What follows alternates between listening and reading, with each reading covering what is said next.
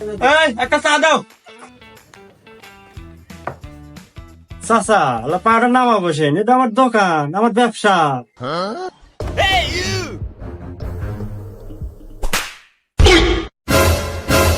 এই তোর সাহস তো কম না, তুই সামান্য চার দোকানদার হইয়া পাইলটের বাবার সাথে খারাপ ব্যবহার করস। এই তোর এটা কিসের 2 টাকার চার ব্যবসা রে? তুই আমাকে চেনস? আমার ছেলে যদি এখন ফোন দেয় এক তুরির তোর এই চার দোকান কিনে নিব। সরি চাচা, আমার ভুল হয়ে গেছে। এ সুরেশ ভাই, গরিব মানুষ চা বেচা খায়, ওর হাতে এই ব্যবহার না হলেও তো পারলেন নি। হেই মিয়া, তুমি নাক গলাও মানে? তুমি তো খাও অটো চালায়া, তুমি এসবের কি বুঝবে? আরে আমাকে তুমি চেনো?